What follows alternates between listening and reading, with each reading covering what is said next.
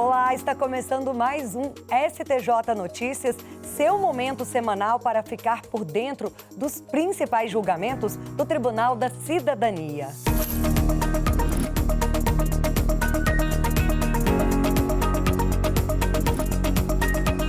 Nesta edição, você vai ver absolvido o homem que foi torturado pela Polícia Militar de São Paulo.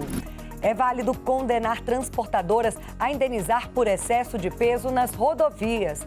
E, além disso, preparamos uma reportagem com um balanço de alguns dos grandes julgamentos do Superior Tribunal de Justiça em 2024. Eu sou Kátia Gomes e o STJ Notícias está no ar.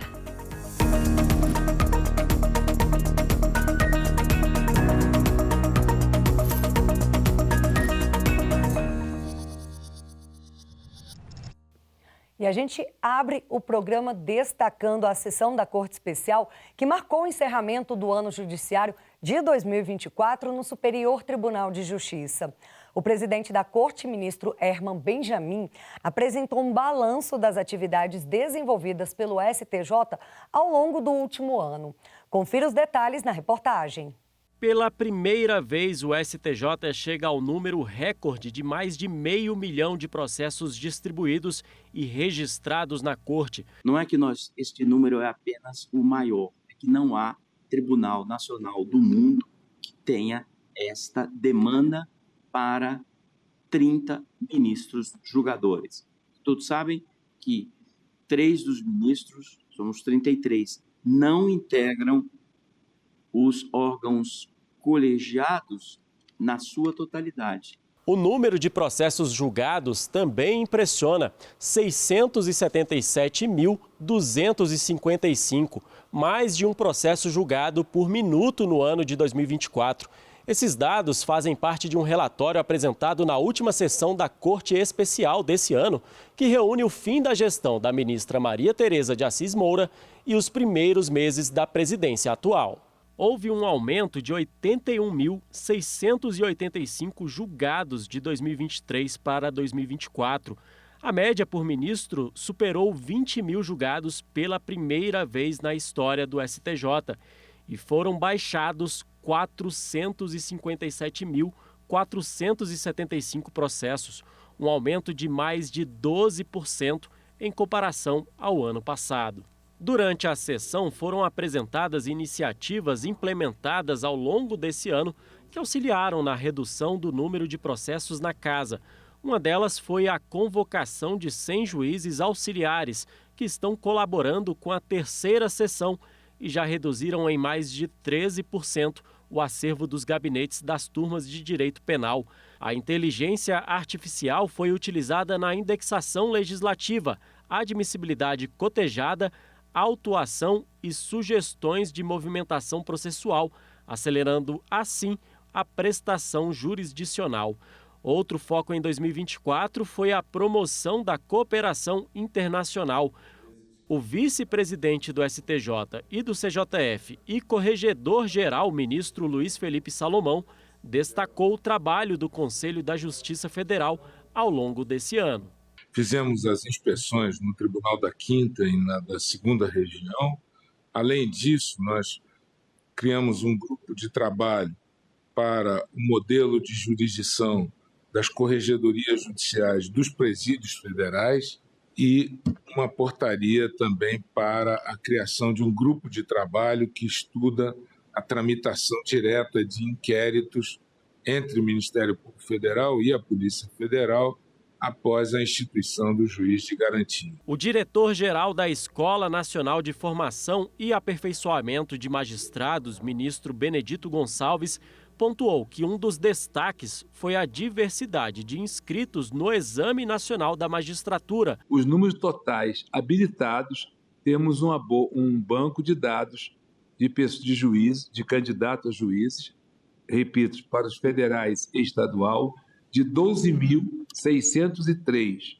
Dividindo a diversidade, temos 3.365 pessoas negras, 1.121 com deficiência, e 11 indígenas. O tribunal teve uma aprovação de 90% junto ao público externo, mas, de acordo com o ministro-presidente, a alta aprovação não é motivo para se acomodar. É mais um incentivo para nós continuarmos a exercer as nossas atividades da melhor forma possível, diante das adversidades, dos números, da inundação de processo a que nós estamos submetidos. E a gente segue em clima de retrospectiva, falando agora sobre alguns dos julgamentos de destaque no Superior Tribunal de Justiça durante o último ano forense. 2024 foi um ano de decisões com grande repercussão na pauta do Tribunal da Cidadania. Entre elas, a que validou o cultivo medicinal de cannabis por empresas, a que reconheceu a maternidade de mães não biológicas de crianças geradas a partir de inseminação artificial caseira e a que envolveu o ex-jogador Robinho. Então vem comigo, porque vamos relembrar esses julgados na retrospectiva da Corte.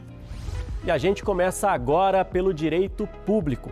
A primeira sessão do STJ, de forma unânime, considerou juridicamente possível a concessão de autorização sanitária para plantio, cultivo e comercialização de cânhamo industrial por pessoas jurídicas para fins exclusivamente medicinais e farmacêuticos. O cânhamo industrial é uma variação da cannabis sativa com teor de THC inferior a 0,3%. Mas a autorização terá que seguir regulamentação a ser editada pela Agência Nacional de Vigilância Sanitária, a Anvisa.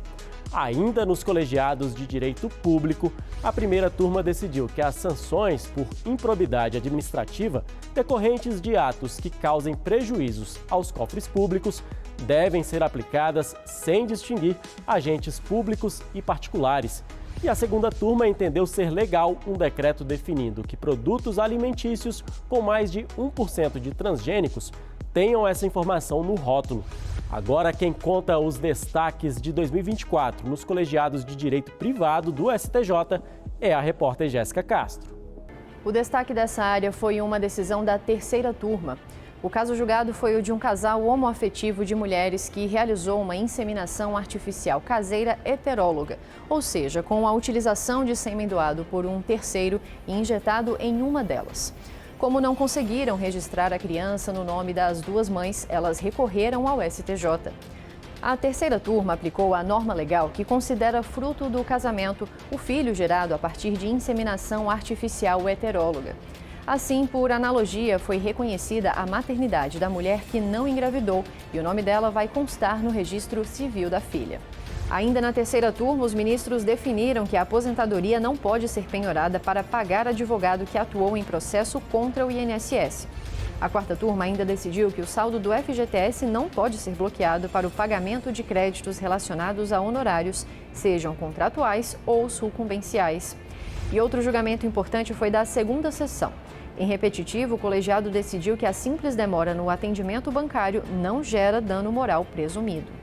E no direito penal, como é que foi 2024, Samanta? Jéssica, nessa área, o caso de maior repercussão do STJ foi o julgamento que validou a condenação do ex-jogador de futebol Robinho por estupro na Itália. A Corte Especial validou a sentença do país europeu que o condenou a 9 anos de prisão e aceitou o pedido de transferência do cumprimento da pena para o Brasil. Ao confirmar os efeitos da sentença italiana no Brasil, o colegiado entendeu que a decisão estrangeira cumpriu os requisitos legais para ser homologada, além de concluir que a lei de imigração possibilitou que o brasileiro nato condenado no exterior cumpra a pena em território nacional. Outra decisão de destaque foi da terceira sessão. As medidas protetivas da Lei Maria da Penha não devem ter prazo fixo de duração. A quinta turma absolveu um homem que estava preso há 12 anos injustamente por falhas no reconhecimento criminal. E a sexta turma assegurou prisão domiciliar à mulher trans que teria que cumprir pena em presídio masculino. As decisões destacadas nesta retrospectiva e todas as milhares julgadas pelo Tribunal da Cidadania, você confere na página da Corte na internet. E você também pode acompanhar pelo canal do STJ no YouTube e demais redes sociais. Até 2025. No Brasil, A violência policial vem crescendo desde 2018. É o que aponta relatório da ONG Human Rights Watch.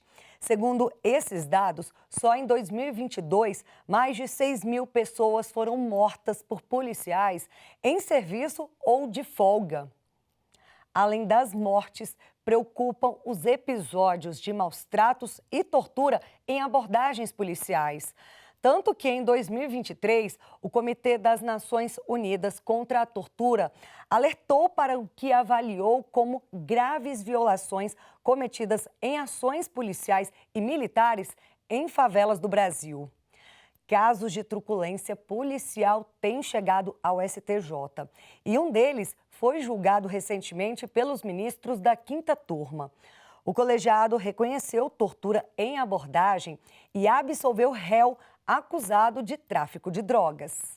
O colegiado julgou o caso de um homem que foi condenado por tráfico de drogas, mas os ministros observaram que houve tortura durante a abordagem policial, e isso torna as provas obtidas ilegais. As imagens das câmeras corporais utilizadas pelos agentes da Polícia Militar do Estado de São Paulo comprovaram as agressões, que foram confirmadas também por laudo de corpo de delito, e ficou provado ainda que não houve resistência durante a abordagem. De acordo com a denúncia, o homem teria corrido para uma área de mata ao avistar a viatura policial e, ao ser abordado no local, teria admitido a prática de tráfico e indicado onde estava uma sacola com drogas. Ele foi condenado a 7 anos e 6 meses de reclusão, com base nas provas apresentadas pela acusação. O Tribunal de Justiça de São Paulo manteve a condenação por entender que havia fundada suspeita de que o réu carregava objetos indicativos de prática criminosa e por não reconhecer violência excessiva na ação policial. A defesa recorreu ao STJ e sustentou que os policiais tentaram impedir a captura de imagens durante diversos momentos, mas que não conseguiram evitar totalmente o registro das câmeras.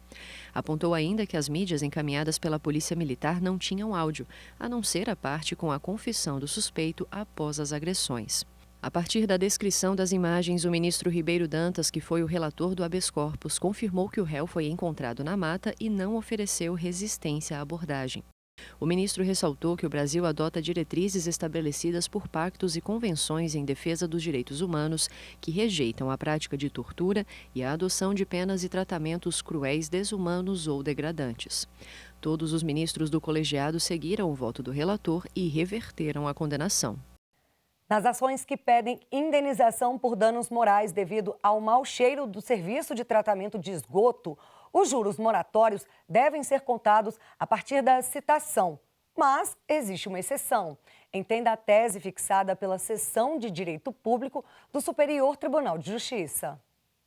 Sob o rito dos recursos repetitivos, os ministros da primeira sessão do STJ definiram a tese cadastrada como tema 1221, que estabelece que no caso de demanda em que se pleiteia reparação moral decorrente de mau cheiro oriundo da prestação de serviço público de tratamento de esgoto, os juros moratórios devem ser contados desde a data da citação válida, salvo se a mora da prestadora do serviço tiver sido comprovada em momento anterior. O relator do tema repetitivo, o ministro Sérgio Cuquina, explicou que a relação entre prestadora de serviço de esgoto e usuário é contratual e pontuou que a teoria tradicional sobre a responsabilidade é superada pela ideia de reparação integral dos danos, independente da natureza do ilícito. O ministro observou ainda que a mora pode ser caracterizada quando houver descumprimento das obrigações contratuais e que, na dúvida sobre quando ela começa, deve-se considerar a citação válida como marco inicial. Para casos de responsabilidade extracontratual, a mora começa a partir do evento danoso, salvo se for comprovada antes. Sérgio Cuquina reforçou que esse entendimento busca uma aplicação justa e equilibrada das normas, respeitando os princípios que regem a relação contratual e atendendo às especificidades de cada caso concreto. A primeira sessão seguiu o entendimento do relator e, com a definição da tese sobre o tema repetitivo, os recursos especiais e agravos em recurso especial que estavam suspensos à espera da fixação do precedente qualificado podem voltar a tramitar. Depois de assistir a reportagem, vamos entender melhor o que são os juros moratórios na explicação do advogado Leander Michelon, especialista em direito civil. Os juros moratórios, também conhecidos como juros de mora, eles são uma penalidade cobrada daquele que deixa de honrar com o seu pagamento em dia de uma parcela, ou de um contrato, ou de um financiamento. eles são usados para uma forma de compensação ao credor pelos dias de atraso desse pagamento em dia dessa parcela. Então, é uma forma de remuneração do capital. Eles são cobrados normalmente incidentes sobre os dias de atraso dessa parcela, tá? E normalmente, conforme o Código Civil e o Código Tributário Nacional, eles podem ter o máximo de 1% ou fixação do percentual a ser incidido sobre o valor da mora. Esse percentual em alguns contratos pode ser inferior e aí, nesses casos especificamente, prevalece o percentual fixado em contrato, tá? Mas sempre com esse limite estabelecido pelo Código Civil e pelo Código Tributário Nacional. Dezembro e janeiro costumam ser meses de descanso para muita gente. Sejam as esperadas férias, sejam apenas alguns dias de folga. Para quem vai aproveitar parte do lazer indo a bares e restaurantes, tem um assunto que divide opiniões e rende muita discussão na hora de pagar a conta, a tal gorjeta. Você sabe se esse valor vai mesmo para o garçom ou fica com o estabelecimento? E qual o entendimento do Superior Tribunal de Justiça sobre o tema? Vamos conferir na reportagem de Samanta Peçanha.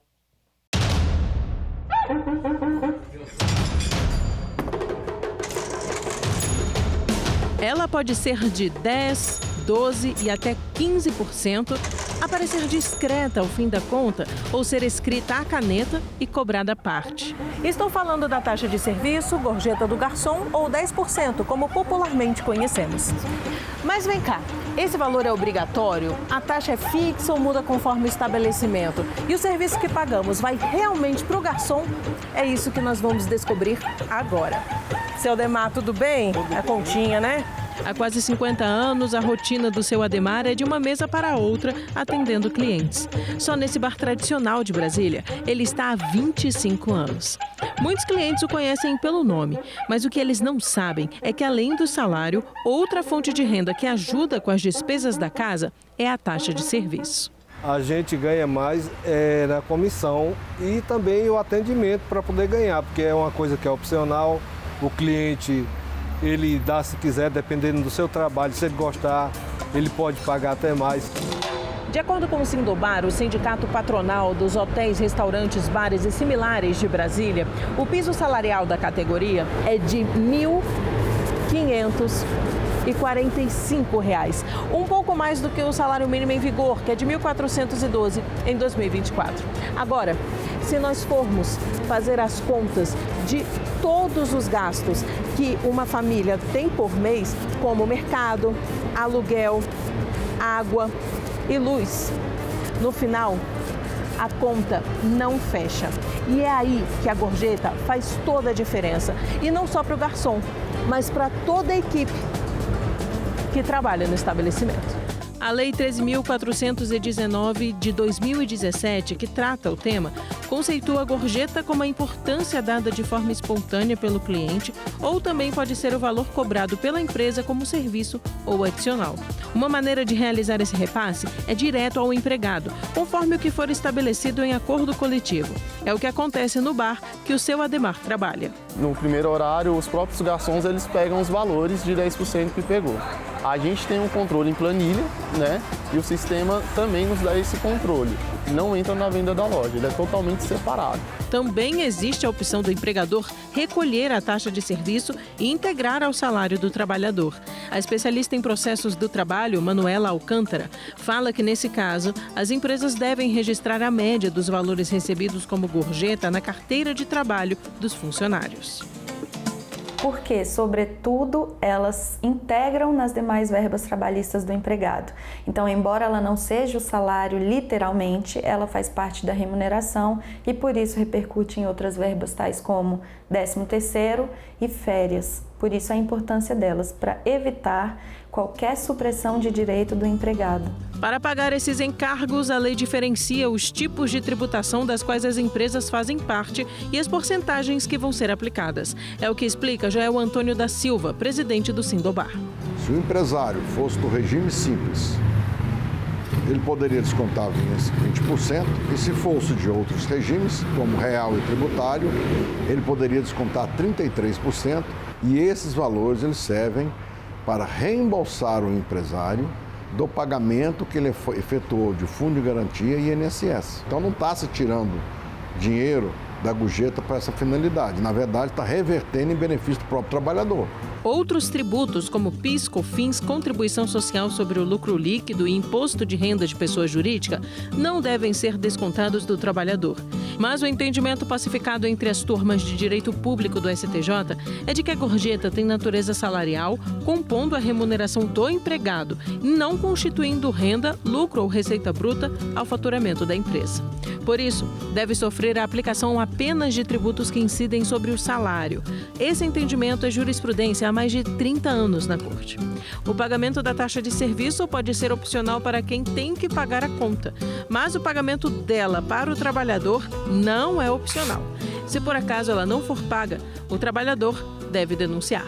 Tem como fazer essas denúncias de forma anônima, caso você entenda, o empregado entenda que está sendo repassado valor de gorjeta para ele a menor do que deveria ser repassado. E essas denúncias podem causar aí, ocasionar sanções penais administrativas. O pessoal pode confiar que vocês recebem. Com certeza, porque é aí que a gente tira praticamente nosso sustento de tudo. Ao longo de 2024, o Superior Tribunal de Justiça selecionou o maior número de repetitivos para julgamento nos últimos 10 anos. Eu preparei uma reportagem sobre o assunto. Vamos conferir. O tribunal bateu um recorde com 71 temas repetitivos afetados, refletindo o crescimento da cultura de precedentes no sistema judiciário brasileiro. A primeira sessão de direito público foi a que mais afetou temas, com um destaque para o tema 986, relacionado à inclusão de tarifas na base de cálculo do ICMS, que afetou mais de 124 mil processos. Tribunais estaduais e regionais federais, como o Tribunal de Justiça de São Paulo e o Tribunal Regional Federal da 4ª Região, também contribuíram com a indicação de temas. Com isso, o STJ ultrapassou a marca de 1.300 temas afetados e continua avançando na implementação do rito dos repetitivos. Esse aumento foi resultado do trabalho conjunto de diversas unidades do STJ, como a Secretaria Judiciária e o Núcleo de Gerenciamento de Precedentes e de Ações Coletivas, que identificaram processos relevantes. A divulgação da cultura de precedentes também foi reforçada por eventos como o Projeto Imersão e o Encontro Nacional sobre Precedentes Qualificados. Também em 2024, o STJ alcançou ótimos resultados nas plataformas digitais e streamings. Dá só uma olhadinha nos números do Spotify. Não podíamos ficar de fora, então chegou a vez da retrospectiva 2024 da STJ no Spotify. Afinal, nossos conteúdos como Entender Direito, Rádio Decidente e STJ no Seu Dia foram ouvidos em mais de 16 países. Estamos muito internacionais. Nossos podcasts foram avaliados com 4,9 estrelas de 5. Bom demais, né? Ficamos nas paradas do Spotify por 32 semanas na categoria Notícias e estamos no top 5 de milhares de pessoas. Se por acaso não conhece a nossa página lá no Spotify, dá uma passadinha e confere os nossos conteúdos.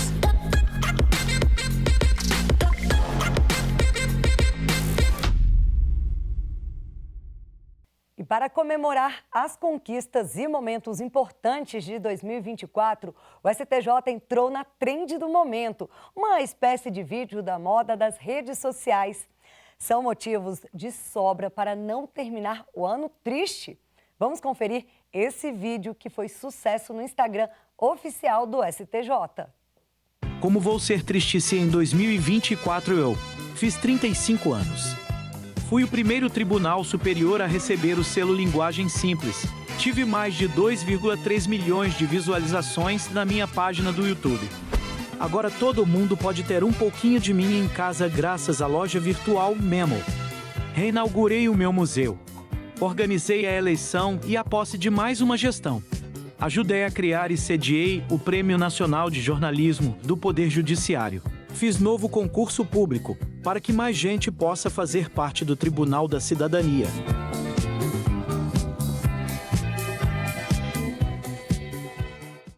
E antes de encerrar o programa, uma última notícia. Na primeira sessão, os ministros definiram que é válida condenação em danos materiais e morais coletivos por excesso de peso nas rodovias. Buracos em ruas e estradas danificadas são problemas recorrentes em muitas cidades e que afetam a mobilidade e a segurança de todos que passam por esses locais. E apesar de a obrigação de garantir a qualidade e manutenção das vias ser do Estado, vários fatores contribuem para essa deterioração. Entre eles está o uso inadequado das pistas, que pode ocorrer pelo tráfego de veículos com excesso de peso, acelerando o desgaste da estrutura. E aí a responsabilidade de cuidado passa a ser compartilhada, como explica o advogado Osmar Paixão. Se eu tenho pesos acima, uma má utilização viária, o número de acidentes tende a aumentar, né? Os dados internacionais mostram isso, e aí é que gera no final da linha, uma responsabilidade daquele ente, primeiro, que é o Estado, que deve primar pelo controle correto daquela via. Então, esta preocupação é uma preocupação que envolve saúde pública, envolve o Estado, e gera essa responsabilidade, além do Estado, pela fiscalização, mas também daquele que tem que ter conhecimento das normas, que é o condutor. Diversos casos envolvendo esse tema chegaram até o Superior Tribunal de Justiça. E por isso os ministros decidiram analisar as controvérsias sob o rito dos recursos repetitivos. O resultado foi que a primeira sessão definiu que o direito ao trânsito seguro e os notórios e inequívocos danos materiais e morais coletivos resultantes do tráfego reiterado de veículos com excesso de peso em rodovias autorizam a imposição de tutela inibitória e a responsabilização civil do infrator. O relator do tema repetitivo foi o ministro Teodoro Silva Santos, e ele ressaltou que, embora o Código de Trânsito Brasileiro preveja a aplicação de multas para esses casos, o Poder Judiciário também pode adotar outras medidas para responsabilizar as transportadoras pela deterioração das rodovias. O ministro explicou ainda que a punição administrativa não esgota a resposta punitiva do Estado, especialmente quando há uma evidente desproporção entre a penalidade e o benefício obtido pelo infrator com a reincidência no comportamento proibido. Teodoro Silva Santos também destacou que o excesso de peso nos veículos provoca deterioração da malha viária, fazendo com que a vida útil da via diminua em 30% ou em até 70% nas rodovias de tráfego intenso. Com essa definição, podem voltar a tramitar os recursos especiais e agravos em recurso especial que estavam suspensos à espera do precedente qualificado, e o entendimento deve ser seguido pelas demais instâncias do Judiciário. Estamos chegando ao fim de mais uma edição do STJ Notícias.